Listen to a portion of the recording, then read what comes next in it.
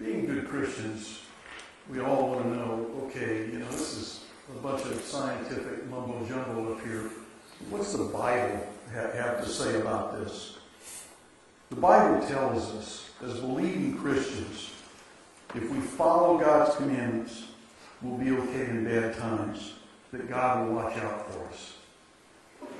The requirements of surviving in a fourth turning and to be successful in a fourth turning is talk to the heart, help others, be a good citizen, be truthful, sacrifice for others. Sound familiar? These are the virtues of the Bible. This has led Darryl and I and everyone else in our company to believe that these discoveries that we've made are part of God's plan. How do you get to Revelation unless you have a bunch of recurring events and end up with a fourth turning, and then one of these fourth turnings, one time Satan shows up? My theory, no one else's. So we feel that the Bible speaks of this and that these occurrences are just exactly what the Bible teaches us. So in that respect, we Christians are more capable of a fourth turning than anyone else. And we're going to have to help a lot of other people who are not ready, willing, and capable of a fourth turning. Now I want to leave you with a closing thought.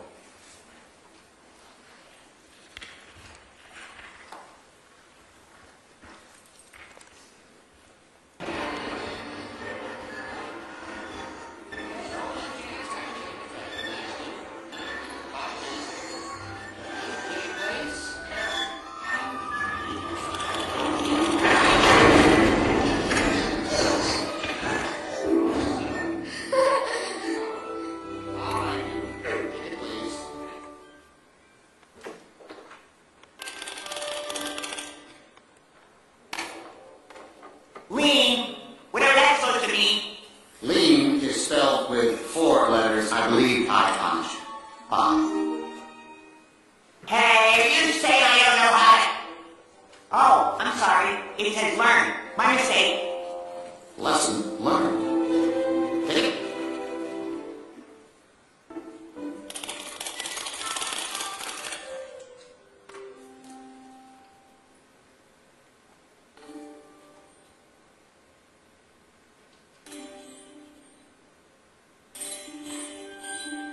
That is some special thing. Sure is. So, can you count on us to get you home safe and sound? Absolutely. Me and my friends. Here.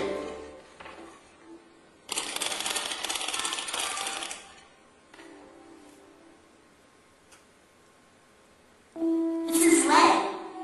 Like a balloon. Lead also is pronounced lead, as in leader, leadership. Lead the way. Well, you lead one now. Ah, yes. That man with all the questions. Take it.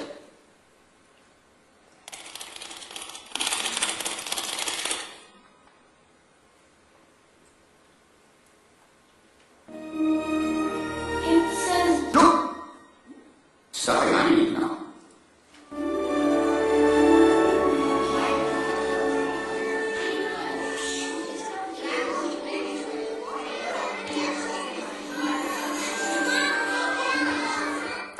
Okay, so this hits on a whole bunch of levels. I mean, it's a boomer talking to millennials. He's telling them the things in life that they need to know. And so I'm a boomer talking to all you guys. And I just want to say, learn how generational science works.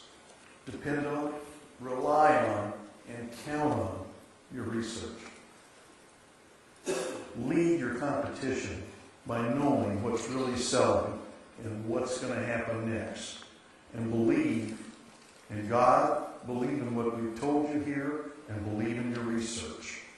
And now we're willing to take questions. Yes, sir. Where do you go deeper? I don't have really any clue on where to go deeper on this. I mean, is this when you talk about What deepness do you need? I mean, you don't need to become a generational scientist. Darryl's here for that. I mean, that takes years. The first question I ask is, what do you want to accomplish? Well, I want to know it. I just don't want to like hear it. I want to know it. So Right. how do I know this outside of the context of the notes I just took? Where do I go? There aren't too many places because there's not too many people doing this. Well, have you guys written books or are there websites? Like, we're fascinated. We want to play more in all of this. There's a lot of information available. On generations. Yeah, on And generations. on four terms. The difference is, there's a lot of people who say boomers behave like this, millennials behave like this. We're the only people that I know of that took it and said, we're in the fourth turning, or we're about to enter one. Wait a minute, if we're coming into a fourth turning, where are we at? That's the most critical thing, knowing where you're at on a constant basis. And we are always going back and forth. Okay, based on the last fourth turning, are we in this year, this year, this year? And we've already gone back to go look at look and feel, texture, emotion, movies, radio, books, all that stuff. And that's the thing, is that for our purposes, nobody else had ever done it. And there is no information out there like that, because everybody uses generations. They don't combine it with the other half of the component, which is where are we and what plays next. I don't want to know where we're at. I want to know what plays next. And so. But, what's hard to believe that you need to talk to the heart, honestly? Is it just you want confirmation elsewhere? We're learners. We don't doubt you because we learn more. What I'm trying to say is, for part of it, there's a tremendous amount of information on generations And and how they behave, and on turnings. Then you can find that on the internet. The other component you just learned is nowhere on the internet that we know of, because it's stuff that we figured out along the way, and that's See, kind of here's the problem. But it Here's is. why it takes a lot of money and a lot of years. You got to establish norms. The way you establish norms is you take a fact, you test it till you can't test it anymore, and then you actually go make a show, you go make a TV spot, you go make whatever the vehicle is, and you put it in a marketplace, and ultimately the marketplace votes. So out of that, and this goes all the way back, we established our first norms in 1974. We know what a number means. We know what a test number means, whether it's going to be a success or a failure. And over the years, it's become tremendously more complex and much more three-dimensional. But without those norms, you can never get there. And the only way the norms are achieved is with a whole bunch of testing, and then with a whole bunch of having the guts to put things in the marketplace and finding out if you're right or not. Some of the commercials the examples that you chose for us, are you saying that those companies utilize the generational Absolutely. marketing data that's Absolutely. available? Now, unfortunately, this stuff's hugely expensive. And so what you find is the people who are most capable of affording it are cigarettes, liquor, alcohol, and gambling, and Procter & Gamble and ourselves. We committed, much of our budget every year for many years in this, and so is Procter & Gamble. But other than that, it's primarily the companies that are hugely profitable and that can afford it. And that's why you saw a Budweiser.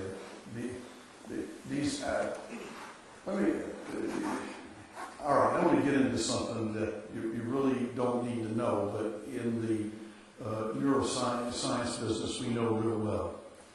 Every third turning, one of the basic habits is attacked. In the last third turning, we had prohibition. In this third turning, we had a tax on cigarettes. The cigarette companies were aware back in the 70s that this would occur in either gambling, alcohol, or cigarettes, but no one knew which. So what happened to those three groups of companies is that they went out and bought other companies. Liggett & Meyer bought Kraft, on and on. Some bought soft drink companies, some did this, some did that, all in preparation for this occurrence. So there have been generational scientists in place at some of these places for many years, and they've known of some of these events. But outside of the few companies, and I would say you could count them on two hands, no one else knows this stuff exists that we're telling you today. So if a turning repeats itself every 20 to 25 years, if it completes that cycle, when does the overlap begin, and how do we know when we're moving out of what is now crisis mode back into harvest mode? Okay. Back into what? No, back into a high. That's another full conference. Darryl had those slides in there today, and I had him take them out. But each turning has 4 components, and each of those components has telltales that tell us where it is and where we are. But there's only so much one can take in a day. Between the fourth turning and the first turning, Yes. that's the day when all the family business is settled. That's when all the accounts are done. We sign the document on the ship with General Douglas MacArthur and the Japanese. We take Berlin. Borders redefined. That's the way it's always happened between the fourth turning and the first turning. Everybody becomes rejoicing. Well, and you remember, or I'm saying you don't remember, but you've seen photos of people in the streets of New York kissing on D-Day, or what do they call it? VE Day or VJ Day. VE or VJ Day, and rejoicing. And that high just went from there and continued for 20 years. Yeah. Oh. Yeah, I'm curious about that intersection between generational shifts and the cultural shift. And in terms of talking to the heart, does talking to the heart look different talking to millennials versus Gen Xers in this fourth turning? Yes. Can you dive into that? Gen Xers are hard to talk to the heart. Very hard. Boomers and millennials, you got them like that. Gen Xers are not a large market. Gen Xers, boomers right now, boomers have all the money. And the boomers will turn over power and money and everything else to millennials when they feel they can no longer do it. And the Gen Xers end up being the ones who do everything, but never, and I'm not talking about individuals, but I'm talking about a million of them, never make a lot of money. There are jokes from the previous, from the lost generation, that they ended up back living with their parents at 40, things like that. And so when you talk to the heart, what you're getting is you're getting millennials and boomers. You are not getting a whole lot of Gen Xers. What if your audience is Gen Xers and millennials? You're in big trouble. That's like saying my audience is oil and water. How do I get them together? No. There's a hard change. You need to understand this. There is a hard change that occurs between Gen Xers and millennials. And again, folks, you can't put your own test to this because 29% of you vote and 71 don't. I mean, just, so some don't fit this. But there's a hard edge between millennials and Gen Xers. They don't communicate well with each other. They don't understand each other. Millennials, see, because of the way Gen Xers were raised, they sort of use sarcasm as a way to overcome their doubts and fears and all of that. And that's read wrong by the millennials. The millennials think that that's arrogance. It's not. It's a defensive mechanism in Gen Xers, actually. But millennials see it as arrogance. And because of these trait differences between each other, you specifically cannot mix those two audiences successfully at all. Well, it seems to me you have. Or you decide particular nights of the week or particular blocks of time or something like that when you're going to change. The problem is lead-ins and lead-outs. In the broadcast business, lead-in and lead-out is hugely important. And if you're sitting here with 4 millennial programs and then you start a Gen X program, you just lost your whole lead-in. It's also like channel sharing. Channel sharing doesn't work. You know, we're on markets where we share channels. Not that many anymore, but we used to share channels like the PWTN. They're on half a day, we're on half a day. Our programming clashes. Yeah. We're not Right. They're not even in yellow over whatever. Right. Try to have one kind of programming one day, another kind of programming another day. It's like trying to do a shelter launch at the same time, which generally speaking doesn't work. Well, that's not exactly so because all the major networks have tackled this over the years. Let me give you some examples. Paul Klein at NBC called me into his office, this is back in the 70s, and he said, we're going to commit $250 million to getting young people to watch on Friday and Saturday night. We want you to take your market research and we want you to use it, and then part of that $250 million is to make programs, make series that will attract them to Friday and Saturday nights. And I said, Paul, save your money. It ain't going to happen. It's not possible. It's cultural. It's not influential, it's cultural. There are things that you can influence, and there are things that the culture goes that way, even if you spend $400 million to try to get them to go that way. And that's one of them. The basic reason is that on Friday, kids are in the house all week. If they're in college, they're studying all week. If they're in high school or they're younger, they're forced to be home at night all week. And on Friday and Saturday nights, they're not going to be there. They're not going to be there in no amount of money will do it. Well, this is famous because I turned it down. They selected someone else and abandoned the project after about $100 million. So that's a lot of people have addressed this problem in a lot of ways over the years. And different nights of the week. Let me give you an example. A lot of Christian networks and some secular networks have a lot of success on Saturday night with family shows. What they don't understand, in a bimodal market, all they're getting is boomers. If they move that to a weeknight, they get millennials and boomers, and they up their ratings without spending another dime. So, there's all these little nuances of how this works. So, this is not new stuff in the sense that we've always known that we've got to watch how we mix audiences. David, as you know, the networks spend billions of dollars on Sunday football to have that audience to funnel into the rest of the night.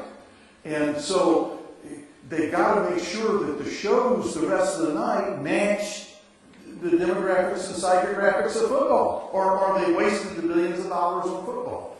So this is not new stuff. We're just bringing new nuances to it. Yes, ma'am.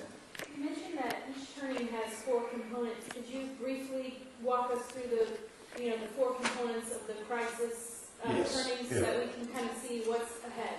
All right. Did he pay you? Come here. I wanted to use that slide better. I gotta do this one from memory. Okay. There is something that strikes a new mood. It's called a catalyst. It sets the new mood. It says, oh, things are different. That's called 9/11. And then sometimes there's precursors. Sometimes they come in stages of catalyst, catalyst, catalyst. Okay, now we're really in it, okay? The stock market crashed in 2007. We're really in it. Okay, so for one thing, second part's called the regeneracy. The regeneracy. We start throwing everything at it, okay? The CCC camps that FDR put in, the WPA, the National Recovery Act.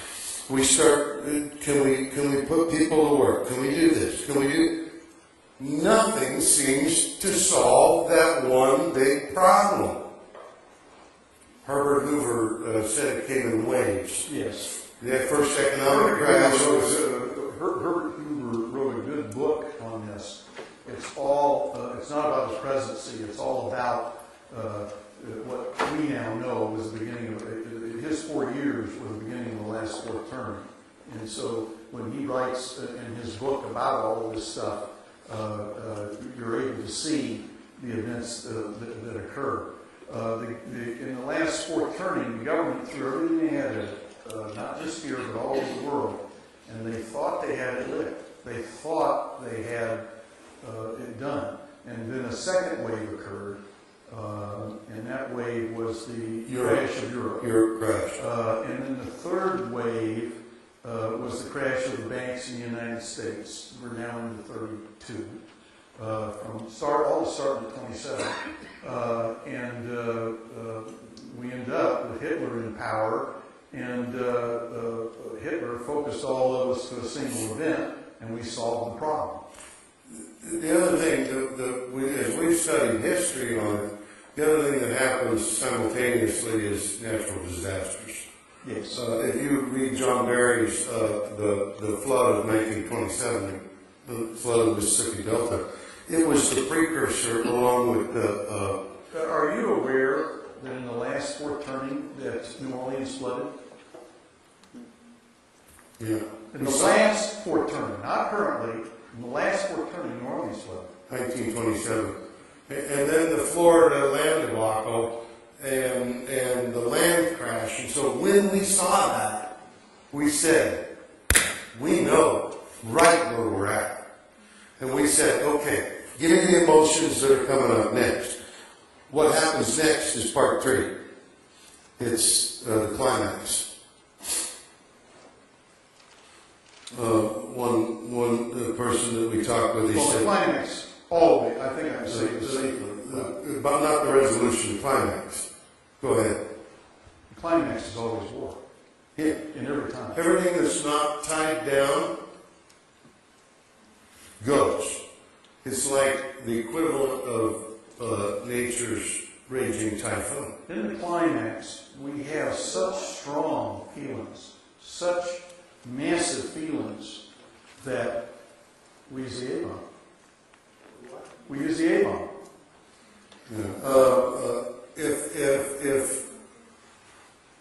As soon as we had the A-bomb developed, let me give you an example of between the resolution and between the catalyst, the regeneracy. Okay, the regeneracy, we start throwing everything at it. We do whatever it takes to fix this thing. We go to Fort Knox, we get 12 billion pounds of silver because we don't have any copper. All the copper is being used for bullets and for production for the war. And we take all this valuable silver, we make it into wire, and we make plutonium for a nuclear bomb. And as soon as we've got the 3 bombs ready, we drop them. When they don't surrender, we drop another one. That's the equivalent of nature's raging typhoon. Anything that's not tied down it gets swept away. That is the day at which